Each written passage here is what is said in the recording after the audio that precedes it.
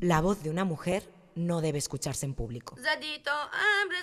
Tampoco se debe escuchar a las mujeres cantar o leer en voz alta, ni siquiera desde el interior de sus casas. Las mujeres deben ocultar completamente su cuerpo, incluso el rostro, para evitar inducir a los hombres a la tentación y el vicio. La ropa de las mujeres no debe ser fina, corta o ajustada. Los hombres tienen prohibido mirar el cuerpo y el rostro de las mujeres. Lo mismo se aplica a las mujeres adultas sobre el cuerpo de los hombres.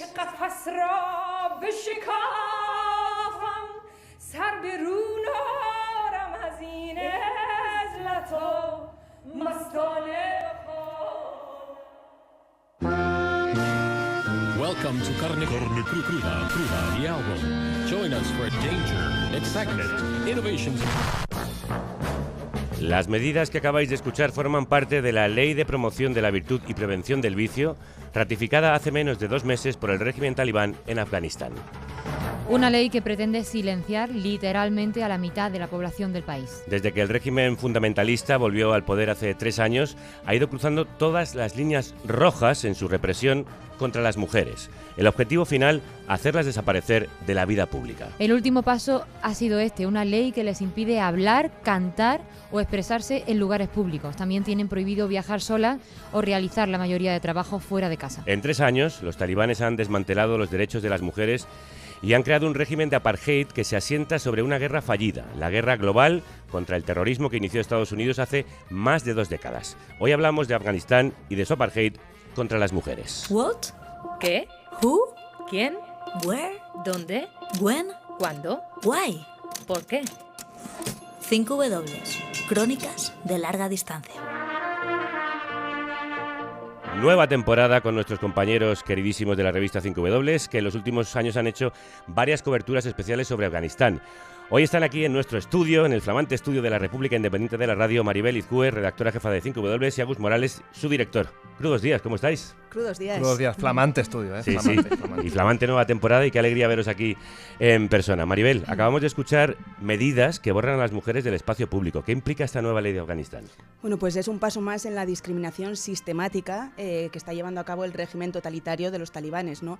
Cuando volvieron al poder en 2021, cuando estaban todos los ojos de la comunidad internacional puestos sobre él, dijo que, se presentó como un gobierno relativamente moderado, dijo que iba a permitir a las mujeres seguir trabajando y demás, y desde entonces ha publicado más de 50 edictos en los que ha ido reprimiendo, ha ido recortando la libertad de las mujeres paso a paso, ¿no? Entonces, este último edicto ya, implica el poner por escrito muchas normas que de hecho ya se aplicaban en algunas zonas del país y que suponen, pues lo que habéis comentado, ¿no? El borrar totalmente a la mujer en la vida pública afgana. En Revista 5W cubristeis la llegada de los talibanes al poder en 2021. Agus Morales, acompañado de la editora gráfica Ana Suriñac, llegaron un poco después de la restauración de ese régimen fundamentalista. ¿Qué os encontrasteis allí, Agus? Pues el siglo XXI en plena descomposición, porque pues eran los talibanes disfrazados de marines. No, como sabéis, todo el armamento de Estados Unidos se quedó allí, lo tienen los talibanes. Y pues escenas simbólicas, lo que hasta entonces era entre comillas invisible, porque al final los talibanes eran una guerrilla que dominaba mucha parte del país, pero que al final estaba fuera, sobre todo de la capital, Kabul, etcétera, pues eran el poder establecido, ¿no? Y las tropas internacionales ya habían salido, y bueno, el final de un capítulo muy doloroso y que vuelve no al punto cero, no es una vuelta al pasado, sino aún peor, ¿no? Porque la promesa de cambio definitivamente pues quedó enterrada. Es como un avance de algunos años hacia adelante y de repente avance de siglos hacia detrás. Como decías, la salida de las tropas internacionales fue la que abrió las puertas al regreso de los talibanes. ¿Cuál ha sido la responsabilidad de la comunidad internacional? Extraordinaria y dolorosa, porque en primer lugar, ¿no? Más a corto plazo, las personas que quieren huir del régimen talibán necesitan una respuesta humanitaria y en materia de refugio. Los países de la OTAN han tenido tropas sobre el terreno. La responsabilidad es directa, ¿no? Si comparamos lo que sucedió en Afganistán con lo que pasa en Ucrania, por ejemplo, a los cuales millones de personas se han abierto las puertas, pues pienso que es una comparación sangrante, ¿no? Y desde el punto de vista histórico, y más de Estados Unidos en particular, pues cómo están en la raíz de muchísimas cosas, ¿no? La invasión soviética de los años 80 y esa resistencia mujahidín que se montó desde Pakistán con financiación de Estados Unidos y Arabia Saudí, que culminó en el final también de la Guerra Fría, ¿no? Porque salió la Unión Soviética de allí, fue como el epitafio de la Unión Soviética.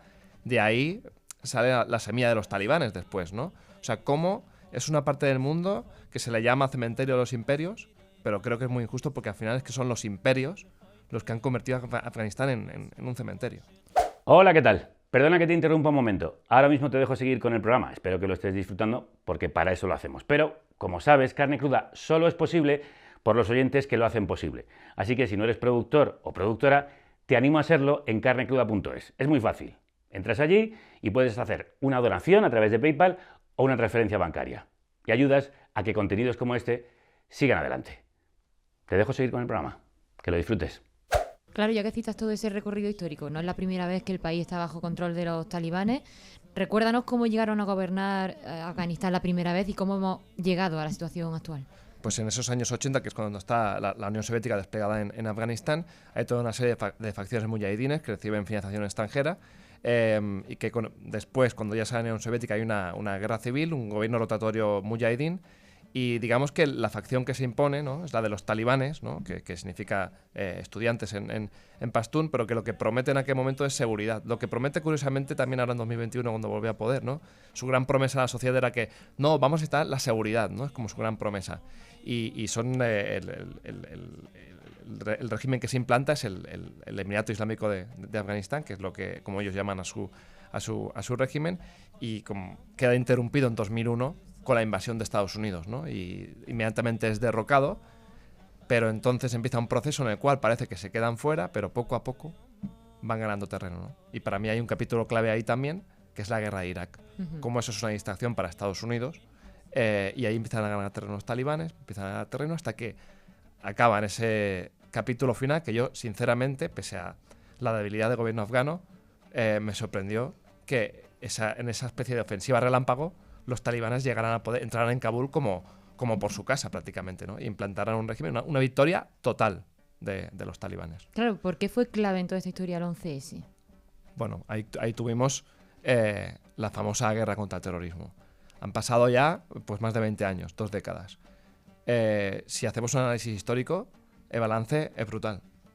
Tenemos en Afganistán, después de 2 décadas combatiendo a una guerrilla como los talibanes, la vuelta de esta guerrilla al poder. En Irak tenemos la formación, finalmente, de un grupo como Estado Islámico, que, paradojas del mundo y de la región, luego tiene una rama, ¿no?, Estado Islámico, en Afganistán también, que es ahora la principal oposición a los talibanes, ¿no? Y se acaba la guerra de Afganistán prácticamente con Estados Unidos colaborando con los talibanes para luchar contra el Estado Islámico. O sea, la de vueltas que ha dado esto, y vemos que estas últimas 2, sobre todo la primera fase, ¿no?, de esa guerra contra el terrorismo, lo único que ha generado es dolor. Y también a nivel ya global, si queréis, que es una reflexión que creo que es interesante, recorte de libertades que de alguna manera todo el mundo asumió. Y cómo el eco de cosas que pasaron en los años 80, años 90 y en la década de los 2000 llegan hasta hoy, ¿no? Hablábamos, de hecho, hace unos días, Agus, de que a lo mejor se pueden encontrar incluso ciertos paralelismos en lo que pasó entonces, hace 2 décadas, y lo que está pasando ahora en Oriente Medio, ¿no? La respuesta de Estados Unidos al 11S, a un gran atentado, fue una guerra global. Y bueno, lo que está pasando ahora en Gaza, ¿no? También la respuesta a un gran atentado está siendo pues otra guerra, una ofensiva israelí descomunal. Estos días lo hablamos un poco, ¿no? Porque también Israel incluso dijo que el 7 de octubre era como un 11S para ellos, etcétera, ¿no? Pero más allá de eso, sí que es la guerra contra el mundo. Hubo un momento después del 11S que era Estados Unidos la guerra contra el mundo, Afganistán, Irak y lo que sea, ¿no? Y lo de Israel también es una guerra contra el mundo, porque tienen ya 4 o 5 frentes abiertos, ¿no? Y parece que desde el punto de vista histórico, ¿no? No tener una posición muy crítica frente a eso, a lo que nos pueda...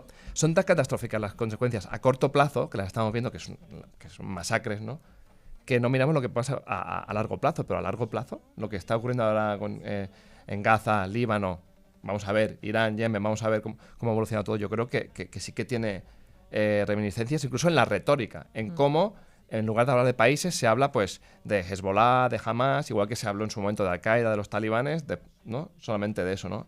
Y creo que ya es hora de desterrar esa retórica y ver qué hay detrás de esas guerras. Y la coincidencia tiene resonancias trágicas. Estados Unidos lanzó su ataque de respuesta contra Afganistán, curiosamente, un 7 de octubre, en este caso del 2011. ¿Qué lecciones nos deja todo aquello? Mira, por ejemplo, en aquel momento se hablaba de que Afganistán era una guerra justa. Es verdad que ahora, por ejemplo, cuando fuimos a aquella cobertura en 2021, mucha gente te dice, bueno, es que aquel momento lo vivimos con ilusión, porque claro, estaban sacando de poder a los talibanes. Pero el problema que veo ahí de fondo, sobre todo, es la promesa que se le hace a millones de personas cuando no la cumples después y las dejas abandonadas. Y ahora mucha gente que se quedó en Afganistán o que ha huido por sus propios medios, te decían, bueno, yo he colaborado incluso con las tropas extranjeras, ¿no? O me he opuesto a los talibanes, he arriesgado mi vida y ahora me dejáis tirado, ¿no? Pues esa responsabilidad, digamos, es algo que ese compromiso que no solo no se ha respetado, sino que, bueno, de cara a futuro, pues esas poblaciones, evidentemente, qué confianza pueden tener, ¿no? En este caso, en una intervención extranjera o en Estados Unidos o en las tropas de la OTAN, pues escasa. Todo esto lo sabe muy bien, de primera mano, nuestra siguiente invitada.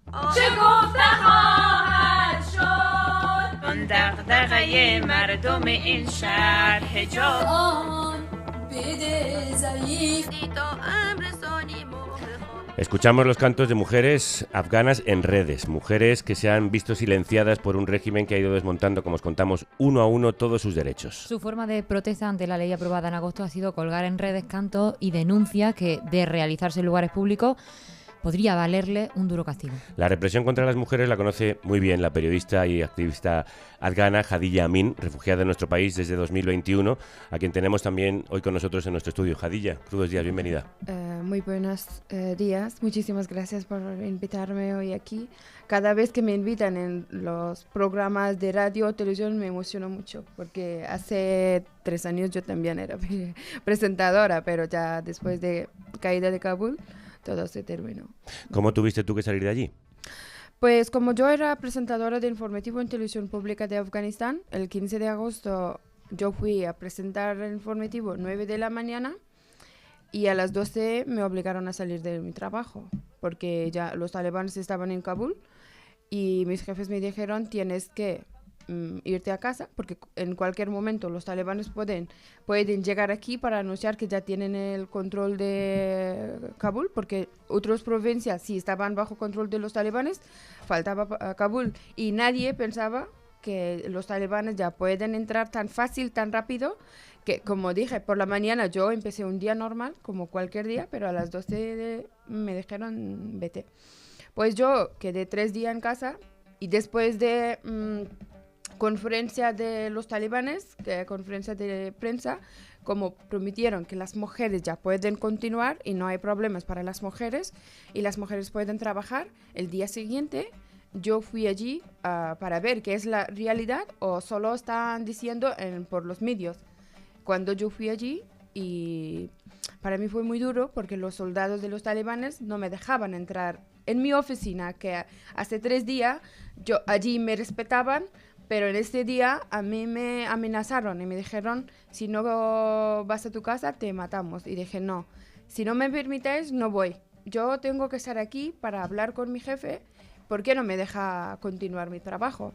Al final, pude ir allí a hablar con mi jefe, pero me dijo, ya está, las mujeres no pueden trabajar.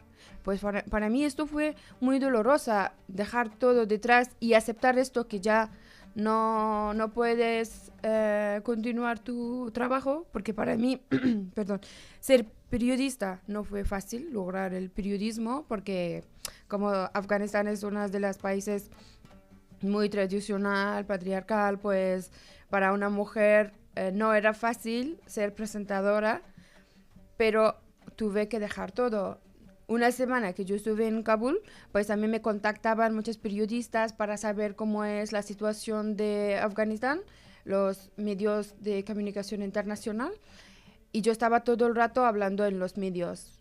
Recibí varias amenazas de los talibanes y querían silenciarme, y después de esto, una periodista española me contactó y me dijo, queremos ayudarte a salir de Afganistán. Pues yo tuve que salir, no podría decidir qué tengo que hacer y no he podido preparar mi maleta, un viaje de toda la vida, pero no puedes ni preparar tu maleta, no puedes despedirte a tus queridos y tienes que dejar todo.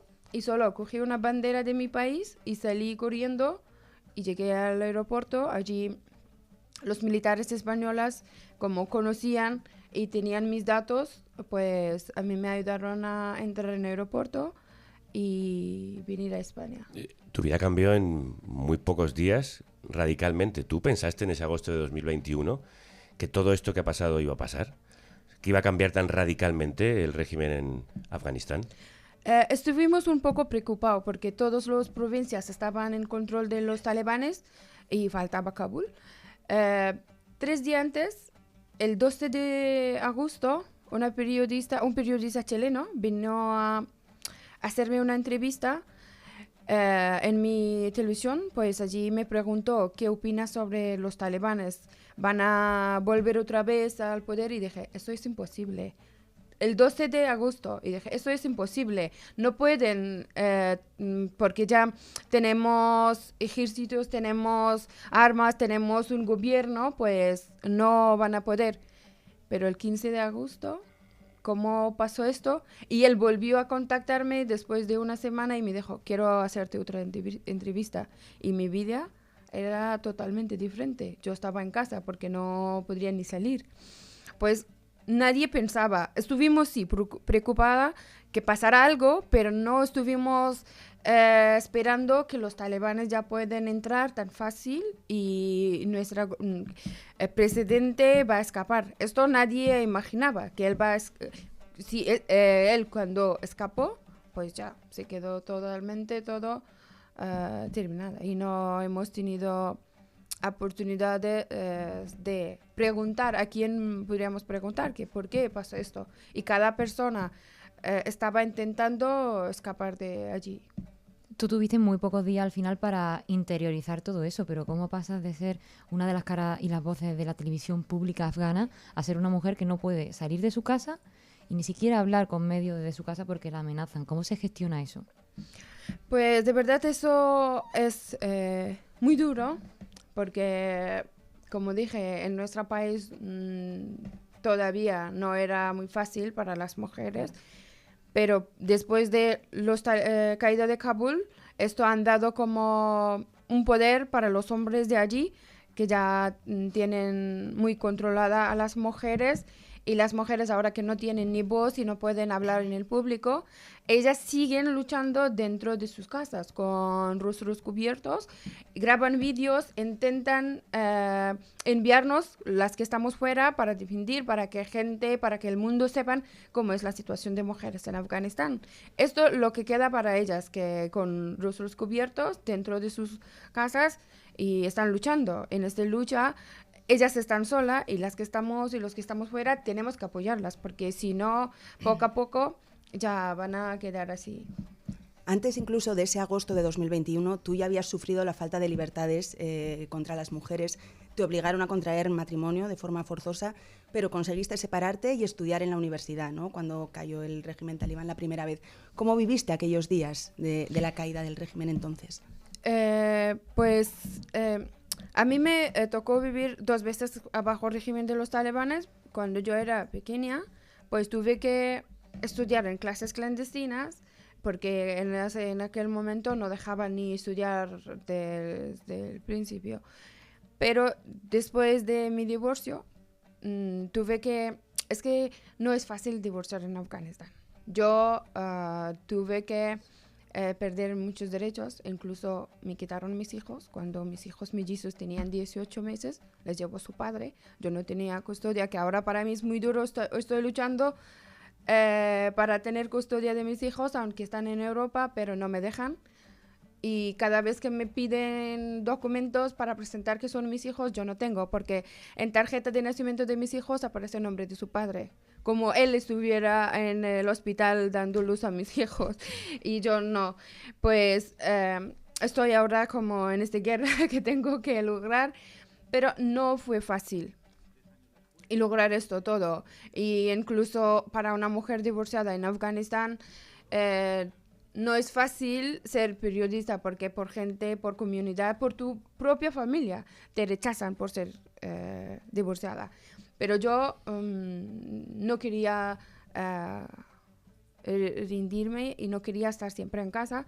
Yo quería hacer algo para el resto de las mujeres y no quería que sufren como que he sufrido yo durante varios años. Eso no era justo, que el 15 de agosto nos hemos perdido todo.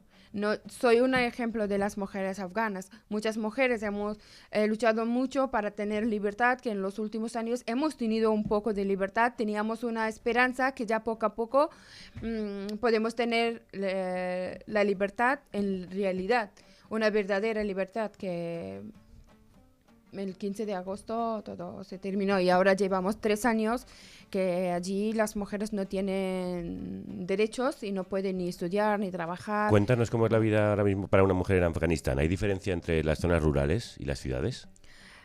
No hay diferencia, pero las mujeres que viven en zonas como capital son las mujeres un poco más luchadoras porque ellas pueden tener...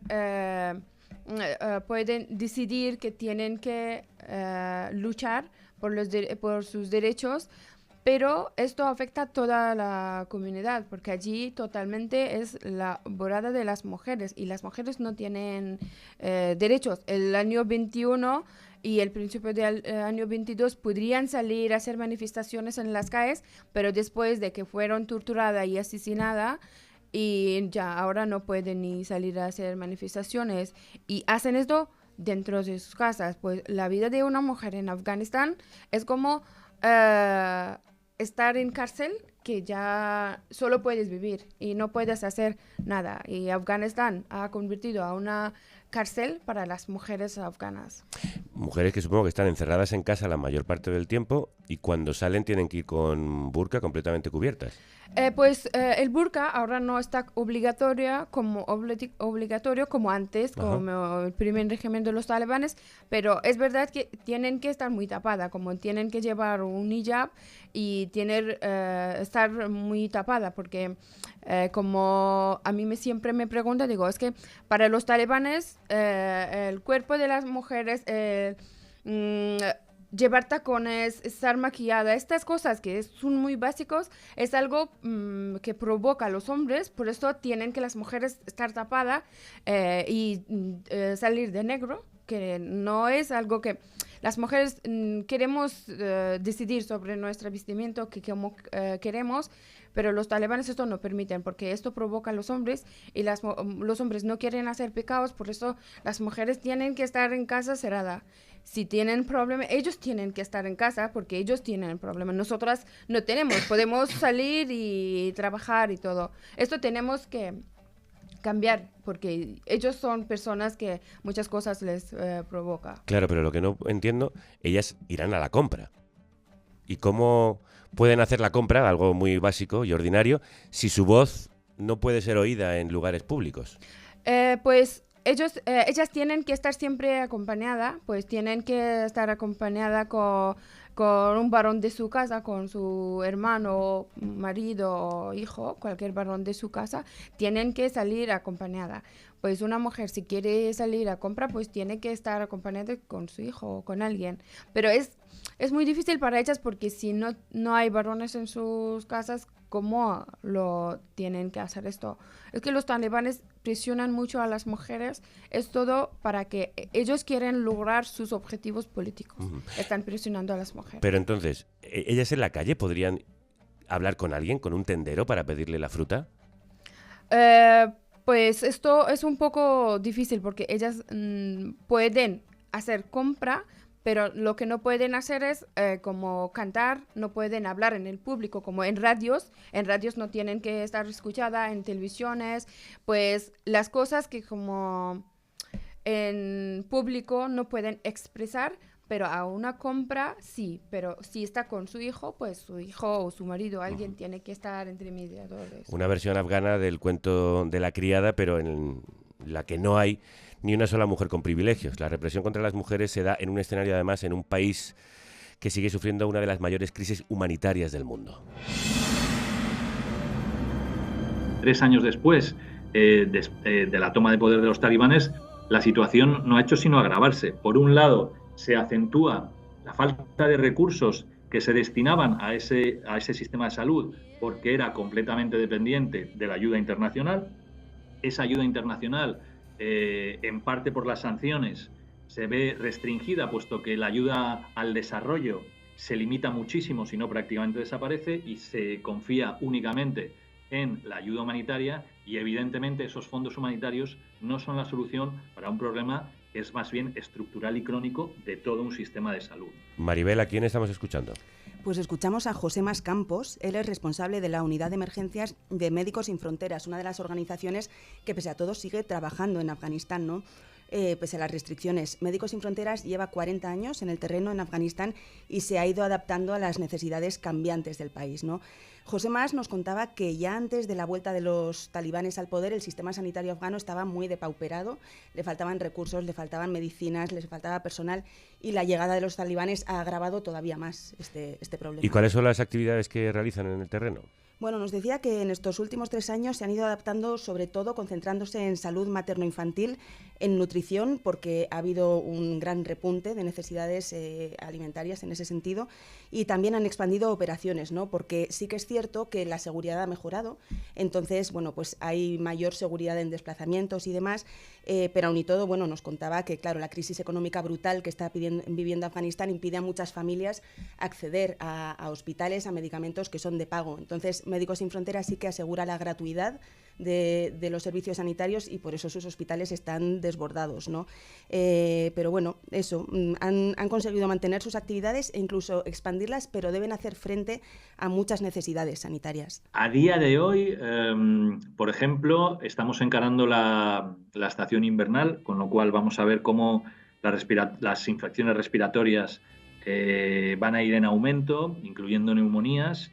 Y es algo que es muy preocupante, dado que si además lo combinas con sarampión, que siempre tenemos infinidad de casos, y este año no ha sido diferente, y probablemente haya un repunte también en los próximos meses, y también con la malnutrición, entonces estamos hablando de un riesgo de mortalidad más elevada en los niños menores de 1 año, pero también de 5 años.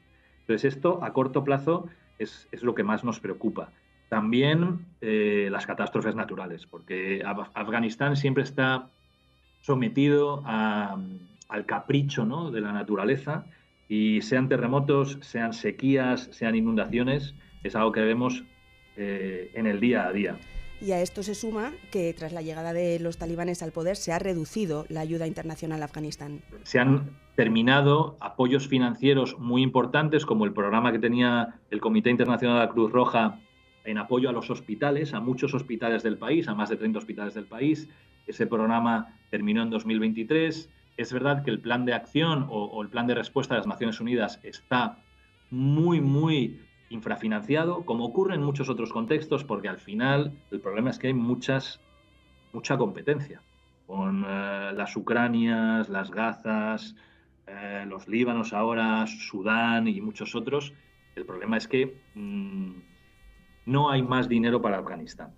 ¿Y qué impacto han tenido las restricciones impuestas por los talibanes contra las mujeres en el sector sanitario? Pues nos decía José Mas que hay exenciones en el sector de la salud, porque si no, las mujeres no podrían ser atendidas, ¿no?, en muchos ámbitos como maternidad o pediatría, y de hecho más de la mitad del personal de Médicos Sin Fronteras se constituye por mujeres, ¿no? Nos contaba que el año pasado asistieron más de 45.000 partos, entre ellos 2.500 partos complicados por cesárea, ¿no? Pero sí que a largo plazo las limitaciones que están imponiendo sobre las mujeres tendrán serias consecuencias. Si bien al corto plazo en Médicos Sin Fronteras hemos sido capaces de mantener y expandir las actividades médicas con personal femenino en todas nuestras ubicaciones, en todos nuestros proyectos, dada la exención para que puedan trabajar en el sector médico, las mujeres, a largo plazo esto se asemeja a un camino de autodestrucción. El hecho de no poder estudiar ni una educación secundaria ni una educación universitaria va a hacer que en un futuro no muy lejano no haya ni comadronas, ni médicas, ni enfermeras que puedan sustentar todo el andamiaje de ese sector de salud para las mujeres, esas actividades de maternidad, muchas actividades incluso pediátricas para los niños y otras que solo pueden ser desempeñadas por mujeres y para mujeres. Por eso hablaba de una cierta sensación de camino hacia la autodestrucción, porque si bien a día de hoy podemos continuar operando con personal médico femenino, en el futuro, si no tienen acceso a una educación, será imposible que haya mujeres capacitadas para dar servicios médicos a mujeres. Un camino de autodestrucción emprendido por el régimen talibán, una paradoja que puede acabar devorando esta aberración que están cometiendo los talibanes en Afganistán. Lo decía José Mas, responsable de la Unidad de Emergencias de Médicos Sin Fronteras. Día a día, los muros van rodeando y asfixiando a las mujeres afganas. En los últimos meses ha habido varias iniciativas a nivel internacional para denunciar la represión contra ellas. También en España, la Asociación Pro Derechos Humanos de España ha interpuesto una denuncia ante la Fiscalía del Tribunal Penal Internacional contra el gobierno de Afganistán. Cuéntanos, Maribel, ¿en qué consiste? Bueno, es una denuncia a la que se han adherido una decena de organizaciones y en la que acusan al régimen afgano de cometer crímenes contra la humanidad debido a las violaciones sistemáticas de los derechos contra las mujeres, ¿no? Y contra las niñas. Entonces han presentado un escrito en el que instan a la Fiscalía del Tribunal Penal a que investigue esos hechos para determinar si son crímenes contra la humanidad. Y también han instado al gobierno español a que él, por su parte, haga un movimiento directo y presente ante el Tribunal Penal Internacional pues una denuncia en ese sentido, y también pidiendo que se reconozca el apartheid contra las mujeres, porque hasta ahora el apartheid, el término, implicaba discriminación por término en sentido racial, pero no en sentido de género, ¿no? Entonces también están presionando en ese sentido para que se reconozca que lo que está sucediendo en Afganistán es un apartheid. ¿Qué perspectiva ves tú, Agus? ¿Tú crees que hay alguna esperanza de que la comunidad internacional actúe? Bueno, la explicación que ha hecho José Mas, lamentablemente, ha sido magistral. Ese cambio hacia la autodestrucción, la verdad que se hace difícil pensar en otra cosa. Lo que sí que creo que es interesante, ¿no?, por todo lo que estamos hablando, es que cuando hacemos análisis políticos, militares, etcétera, decimos, bueno, la gran oposición a los talibanes es Estado Islámico, ¿no? Estado Islámico Gran Jorasán, ¿no?, que es la rama de Estado Islámico en la región. Y realmente, y eso lo ves ahí cuando estuvimos en 2021, la gran oposición a los talibanes son las mujeres. Y van a tener que hacer esa oposición, que ya la hacen poniendo su cuerpo incluso en las calles, en las manifestaciones, como decía José Mas, sin acceso a la educación, ¿no? Pero es la única, yo ahora mismo, el signo de esperanza que veo en el horizonte. Y luego, a nivel de implicación de la comunidad internacional, yo creo que están mucho más asentados y aceptados de lo que parece, porque no, nadie los reconoce, etcétera. Pero bueno, China, de hecho, les da apoyo, Rusia, al final, después de todo lo que ha pasado con Estados Unidos, pues también. Y Occidente no va a entrar ahí, y está claro que sus grandes prioridades en Afganistán, y eso quedó clarísimo con la llegada de los talibanes, la vuelta de los talibanes a poder, con lo que dijo en aquel momento Borrell, son dos. Son el terrorismo, el hecho que se pueda usar Afganistán para atacar a Occidente, y los refugiados. Pero los refugiados no para acogerlos, sino que no vengan. Porque lo que no quería la Unión Europea aquel año 2021 era que pasara lo mismo que en 2015 con Siria, que llegaran centenares de miles de personas a Europa. Esas son sus dos preocupaciones, y no los derechos de las mujeres en Afganistán ahora mismo. Pero desde luego las mujeres son la clave. Me he quedado con que antes Jadilla decía que los talibanes usan a las mujeres para lograr sus objetivos políticos, para que la comunidad internacional les reconozca, y la comunidad internacional usa a las mujeres, a los talibanes como fetiche. Al final ellos son los malos, malísimos, todo es culpa de ellos, mirad qué malos son con las mujeres. ¿Cómo se retroalimentan, ¿no?, los poderes extranjeros y los talibanes para al final acabar siempre castigando a la mujer? Sí, que esto es algo que de verdad nos preocupa mucho, que la comunidad internacional, aunque puede hacer mucho, pero todo lo que hacen es de momento por escrito. A veces no hacen como se dice, como actuaciones para ayudar a las mujeres afganas, y como hemos visto durante estos 3 años podrían hacer muchas cosas, como presionar a los talibanes y llevarlos ante el Tribunal Penal Internacional para que respondan por qué lo que están haciendo en Afganistán con las mujeres, qué significa eso. Solo es que ellas son mujeres y nada más, no es algo como por algo, es solo por ser mujer les están castigando en Afganistán y han quitado todos los derechos de las mujeres, y Comunidad Internacional tiene esta responsabilidad en actuación y necesitamos esto. Si no, pues las mujeres en Afganistán no tienen ni esperanza, ni futuro, nada. ¿Y tú tienes esperanza? ¿Qué futuro ves para Afganistán? ¿Esperas volver algún día a tu país? Sí, a mí me gustaría volver y ser presidenta de Afganistán. Ah, sí, presidenta. Sí, bueno, presidenta. Muy bien, desde aquí apoyamos tu candidatura. Te votaremos si pudiéramos.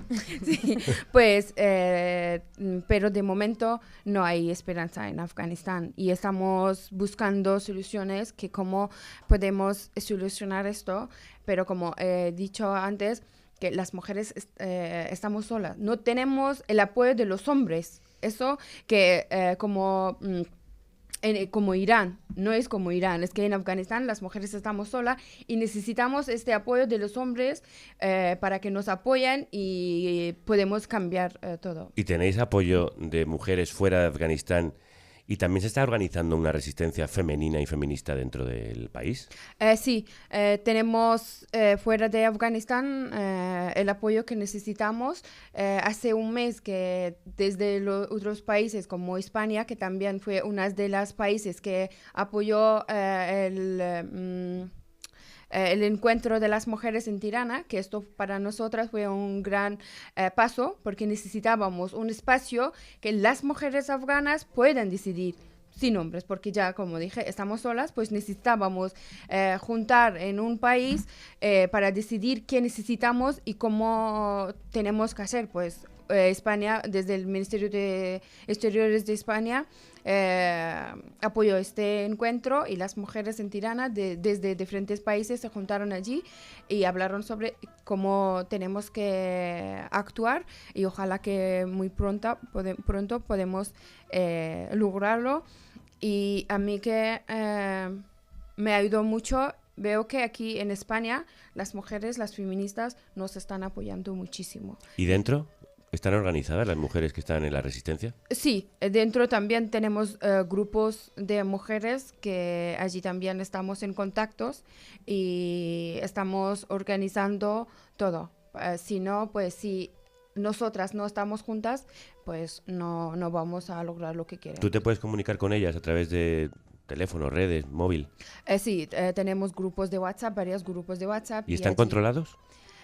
No, de momento el WhatsApp no está controlada, pero no pueden, ellas que están dentro de Afganistán no pueden escribir por Facebook por tener miedo, pero a veces que pasa algo en Afganistán, pues pueden cortar internet. A veces yo no puedo contactar con mi hermana, que yo tengo mi hermana en Afganistán, no puedo contactar con ella, porque a veces cortan el internet, pero ya como ahora tenemos acceso al internet, mujeres tienen WhatsApp y por WhatsApp estamos en contacto y allí pues nos envían materiales para defender fuera de Afganistán. Jadilla, ¿tú cómo estás? Yo no puedo decir estoy bien, porque de verdad para mí es algo que lo que está pasando de Afganistán, y cada vez que me hacen entrevistas, pues revivir todo otra vez es algo que remueve este dolor. Es un trauma que no he podido recuperarme durante estos 3 años. Yo tengo aquí mi libertad, yo tengo mis derechos, pero no puedo sentir esto todo porque veo que mis hermanas afganas dentro de Afganistán no tienen derechos y yo no puedo estar bien aquí. Y a mí me afecta mucho. A veces digo, pero ¿por qué nos está pasando? Llevamos mucho tiempo mujeres afganas sufriendo. Eso para mí es muy duro. Y no puedo salir de esta situación, de este trauma. Y digo, mis hermanas allí se están sufriendo y cómo yo puedo estar tranquila aquí. Para mí de verdad es duro. No voy a dejar de contar. Sí, a mí me remueve el dolor y me cuesta mucho hablar del tema de las mujeres, pero es una lucha con todos los sufrimientos. Tenemos que contar para que estemos escuchadas por por países occidentales, porque si no nos van a olvidar y Afganistán va a quedar allí como una cárcel para las mujeres y las mujeres no tienen ni futuro. Y ahora estamos organizando programas para dar posibilidades de estudiar a las niñas que no pueden estudiar en Afganistán y darles oportunidades para que puedan estudiar. Ojalá que podamos conseguir esto, si no, pues de verdad para mí es muy duro. Yo tengo que luchar para lograr mis hijos. Yo estuve 3 días en Alemania, yo fui a visitar a mis hijos y yo fui muy rechazada por mis hijos porque su padre está lavando sus cabezas y ya no me aceptan como su madre. Pues para mí fue muy duro 3 días estar allí y yo fui a celebrar el cumpleaños de mi hijo mayor porque llevo mucho tiempo separado de ellos y al final no es fácil lograr todo, tener que luchar por los derechos de las mujeres, por conseguir mi vida aquí. Tus derechos. Pues todo es muy duro para mí. Te mandan muchísimos ánimos los oyentes que te están ahora mismo escuchando. Dicen de ti, menudo valor, estudiar en la clandestinidad, divorciarse, ser periodista, todo eso con el mundo en tu contra. Yo creo que después de lo que tú estás demostrando, no sería difícil que un día fueras presidenta de Afganistán. Nosotros nos haría muy felices poder entrevistarte en ese momento como nueva presidenta de tu país. Sí, claro, ojalá que pueda. Sí, a veces que digo esto, los hombres de mi país se ríen de mí, dicen que esto es imposible. Digo, en Afganistán he podido lograr mi divorcio, que no era fácil. Ser presentadora de televisión no era fácil. Y como ser refugiada en un país, he logrado seguir mi profesión aquí en España, aprender el idioma, que no era fácil, tener una red de apoyo en España. Esto, todas las cosas que he logrado, me da una esperanza que en el futuro ojalá que logre esto. Compartimos contigo esa esperanza. Hadilla Amin, muchísimas gracias. Muchísimas gracias a vosotros para invitarme. Una cosa que quiero decir desde aquí, estamos creando una asociación para ayudar a las mujeres y niñas dentro de Afganistán, porque yo llevo 3 años en España y gente me preguntaban cómo tenemos que ayudar a las mujeres afganas dentro de Afganistán. Pues con esta asociación estamos intentando dar clases online a las niñas para que puedan estudiar y como clases clandestinas ahora es difícil porque salir de su casa, ir allí, pues es un riesgo acceder a las clases clandestinas y vamos a crear clases online para que ellas puedan estudiar dentro de sus casas y también buscar becas para las niñas que quieren estudiar en las universidades y traerlas a España o a otros países para que ellas puedan estudiar y necesitamos vuestro apoyo. Y ¿cómo se llama la asociación? Hope of Freedom, Esperanza de Libertad. Hope of Freedom. Sí, que ya hemos creado el Twitter. En Twitter nos podéis seguir para que ya cuando esté registrada, que estamos en proceso de registro, os necesitamos. Vamos a ponerlo también en nuestras redes inmediatamente. Muchísimas gracias, Hadilla. Gracias.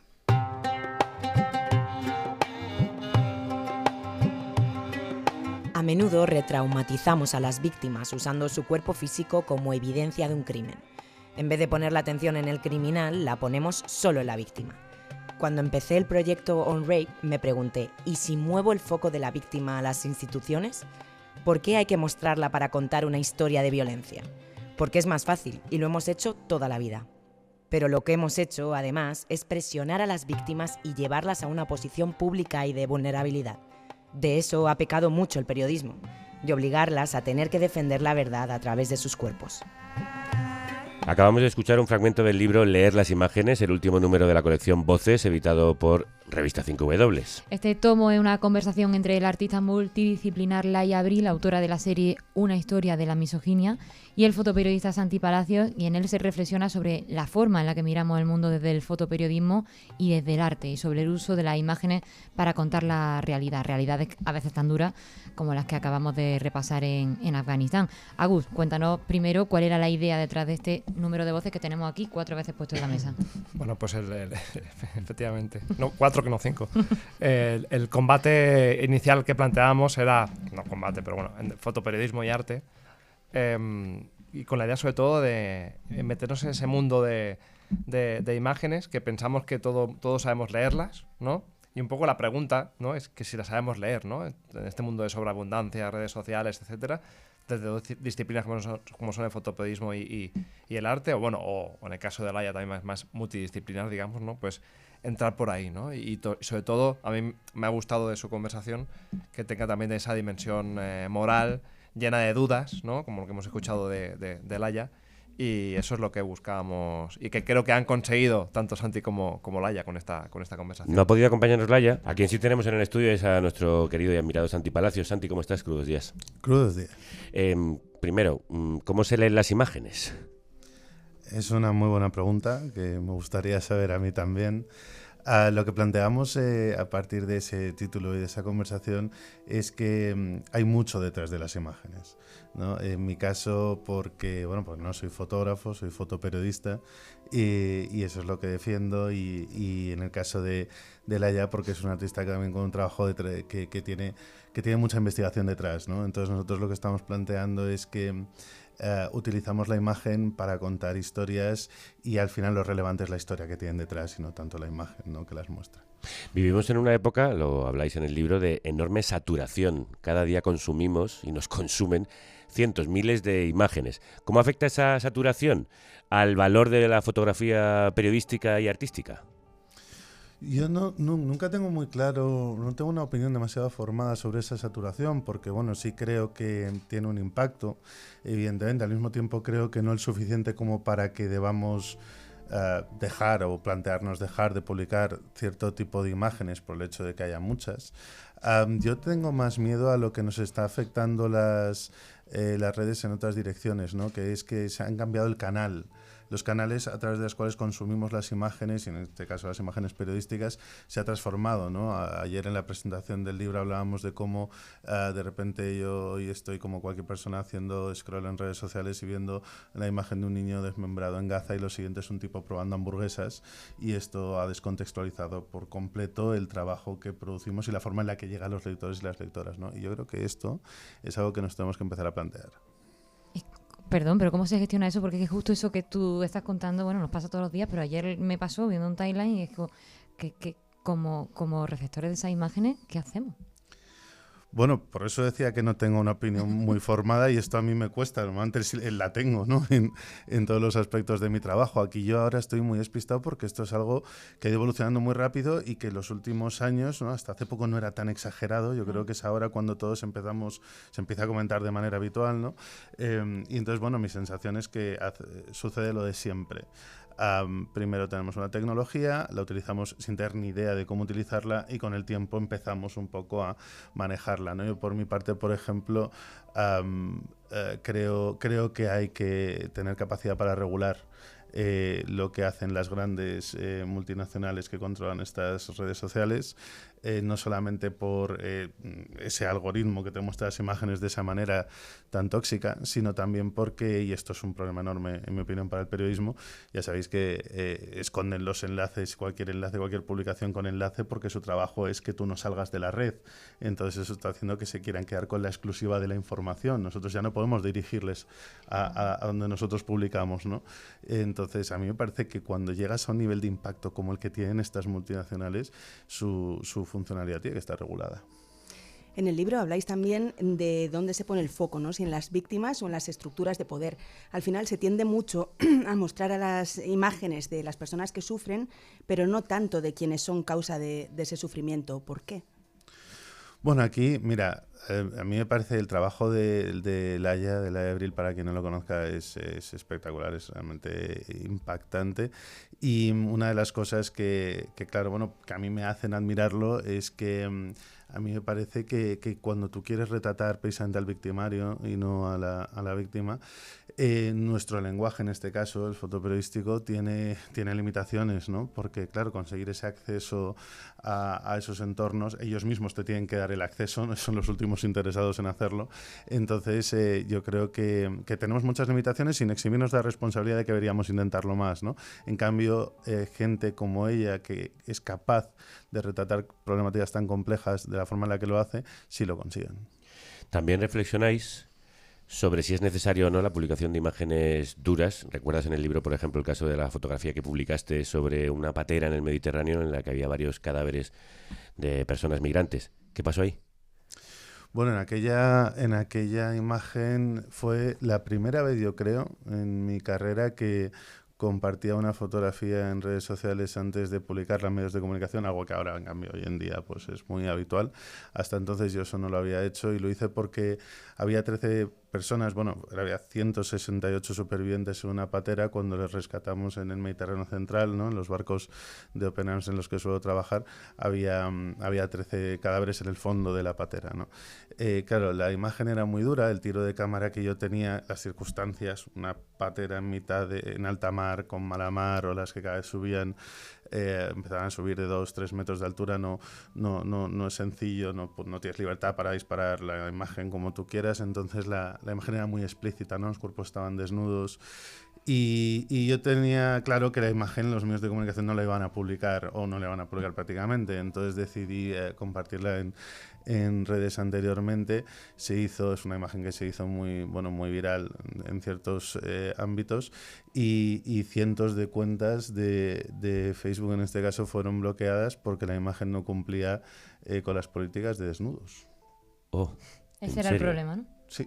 No cumplía con las políticas de desnudos de Facebook porque, bueno, entre toda la imagen y la maraña de cuerpos muertos que había en esa fotografía, pues a lo mejor se veía un pecho o se veía cualquier cosa y bloquearon mis cuentas y bloquearon las cuentas de las personas que compartían las fotografías de mis cuentas, ¿no?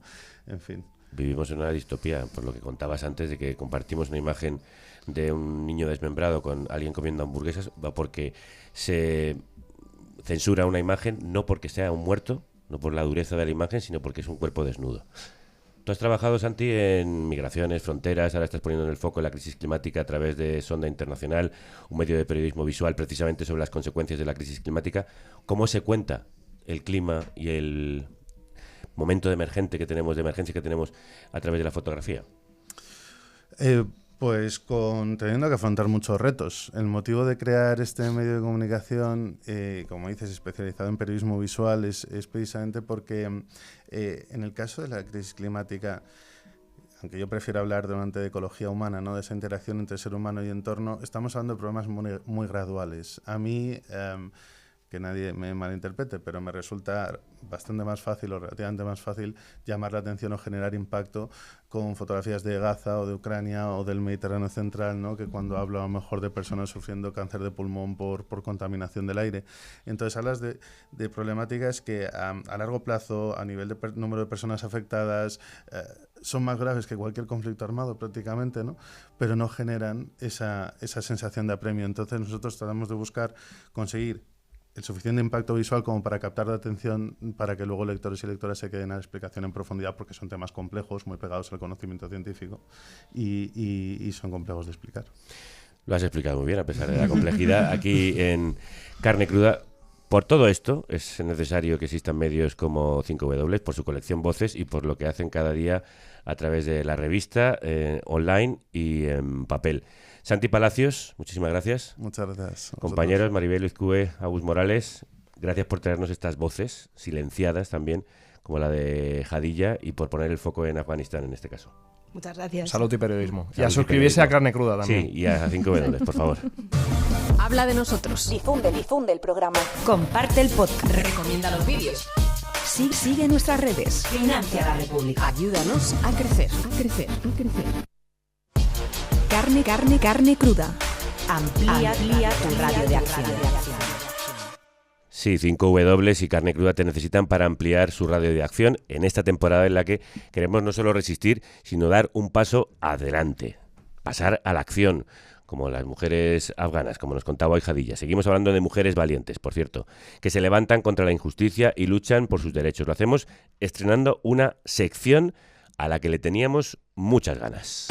África Anongue. Referentes. África Naukuo. África Daicho. Activistas. África Dawa. Y resistencias africanas.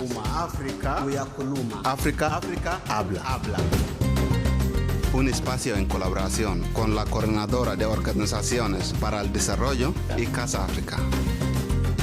África habla alto y bien alto, sí, y muy claro. Así que vamos a poner la oreja y a prestar atención en esta primera entrega a las mujeres feministas africanas. Queremos saber qué están haciendo y qué tienen que decir. Andrea Lea, crudos días. Crudos días. Decía el libertador panafricano Thomas Sankara que las mujeres son quienes sostienen la otra mitad del cielo. Así es, y en África hay millones sosteniendo y haciendo cosas increíbles. En contra de ese mito perpetuado en la narrativa occidental de que las africanas son víctimas sin agencia, hoy vamos a ver lo contrario. Y para ello vamos a hacer nuestra primera parada en Uganda. No hubo un caso detonante, sino más bien el hacerme consciente de que había pocos defensores en la profesión jurídica en nuestro país que se identificaran como mujeres, que practicaran la ley y que la usaran para promover los derechos de las mujeres. ¿A quién escuchamos, Andrea? A la abogada ugandesa Prima Kwagala. Ella es la directora y fundadora de Women's Pro Bono Initiative, que es una organización que ofrece representación legal gratuita a mujeres y niñas de escasos recursos que han sufrido violencia sexual y de género. La organización además está formada casi en su totalidad por mujeres.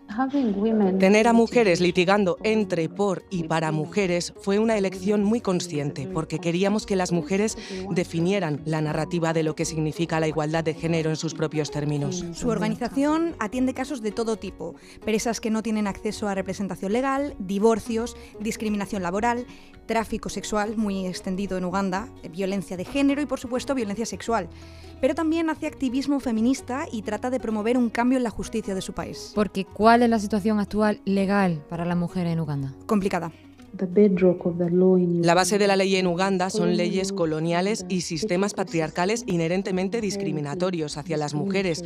Por ejemplo, seguimos esperando a que el sistema de justicia adopte formas de trabajo que tomen en consideración el género, especialmente en casos de violencia sexual, donde se insiste en que debe haber evidencia de relaciones sexuales para probar un caso de violación.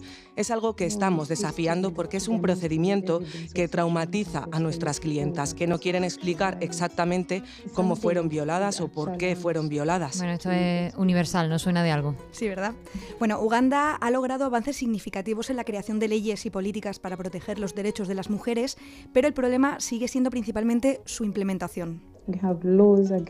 Tenemos leyes contra la violencia doméstica, tenemos leyes contra la prohibición de que niñas que quedan embarazadas asistan a la escuela, pero los desafíos estructurales de acceder, digamos, a la educación cuando quedas embarazada persisten, por lo que el estigma que proviene de comunidades que te condenan por quedar embarazada antes de casarte siguen siendo ideas infantilizantes. Pero bueno, como decíamos, Prima y su organización también se han involucrado en numerosas campañas por los derechos de las mujeres, como la que hace unos años logró paralizar una polémica ley contra la pornografía.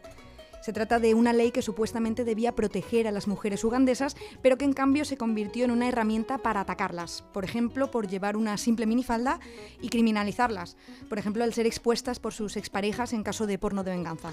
Indignante. Y dices que la frenaron. Sí, colectivos de mujeres pelearon fuerte por acabar con esta ley, la impugnaron ante el Tribunal Constitucional de Uganda y ganaron. Bravo. Bravas ellas. Sí, bravas. Y este es solo un primer ejemplo de las movilizaciones encabezadas en los últimos años por las feministas africanas, pero hay muchos otros de los que hemos hablado con otra jefaza.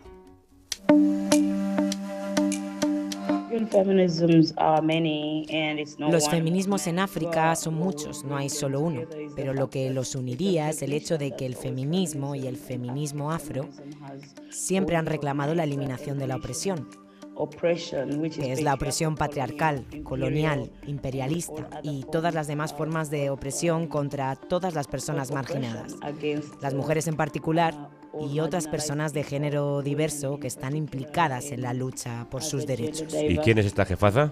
Ella es Roosevelt Kagumire, periodista, escritora, bloguera, feminista y panafricanista.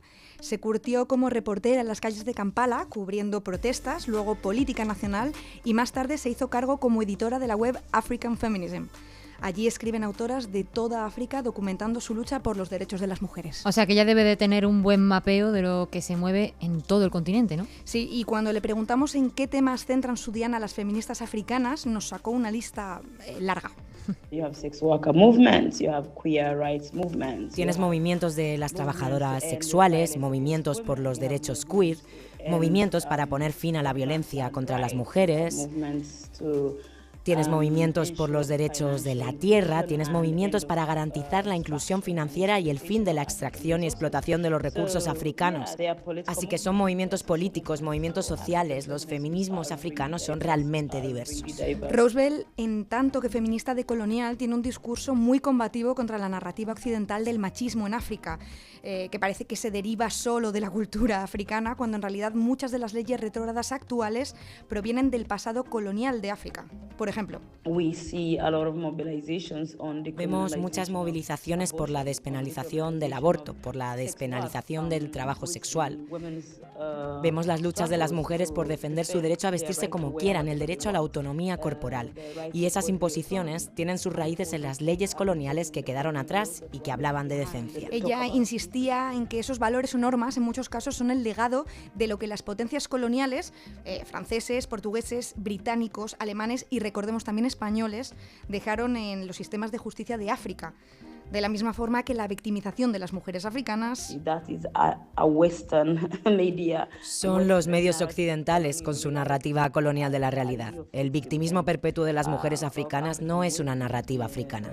Ella ha escrito mucho sobre la ola de feminismo actual que atraviesa el continente y da múltiples ejemplos en los que las mujeres están conquistando derechos para sí mismas y para sus pueblos.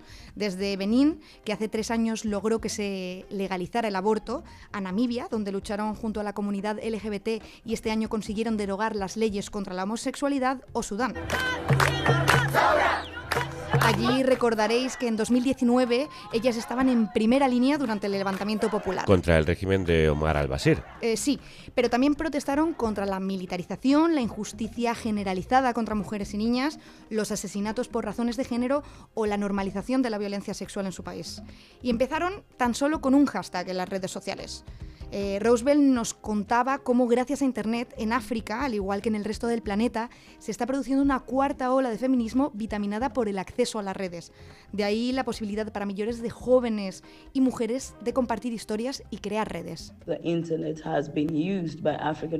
ha sido utilizado por las feministas africanas para conectarse, movilizarse y realmente apoyarse unas a otras y generar solidaridades a través de las fronteras, para poder ofrecer esos derechos que tantas personas no tienen.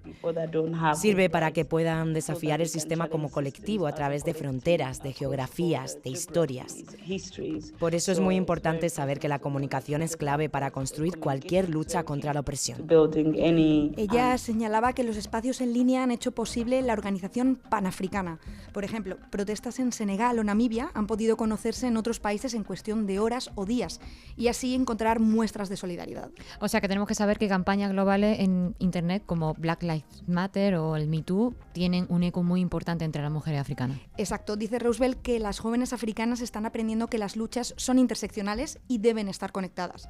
Por ejemplo, en Nigeria, las activistas que participaron en la campaña de Twitter contra la brutalidad policial en SARS también insistían en que Nigerian Queer Lives Matter, o sea, las vidas queer nigerianas también importan. Y recuerda que las redes que están tejiendo entre sí también se extienden más allá de África. Los feminismos africanos también están preocupados por la diáspora. Somos gente del sur global, una ubicación geográfica que ha sido explotada, colonizada y que aún está bajo el peso del imperialismo y de la guerra. Entonces, desde Sudán hasta Mozambique o el Sahel, vemos millones de mujeres africanas y personas de género diverso y hombres que todavía sufren este tipo de guerras.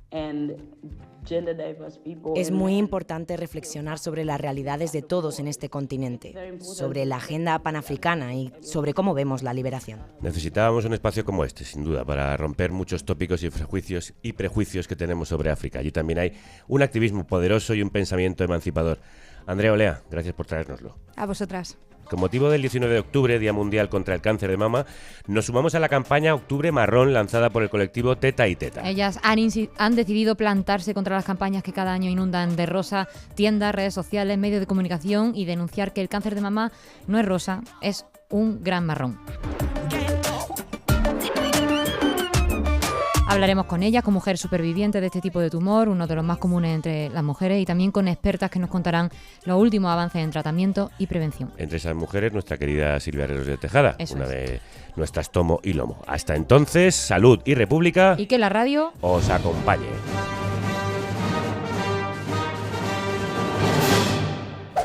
financia el periodismo libre e independiente.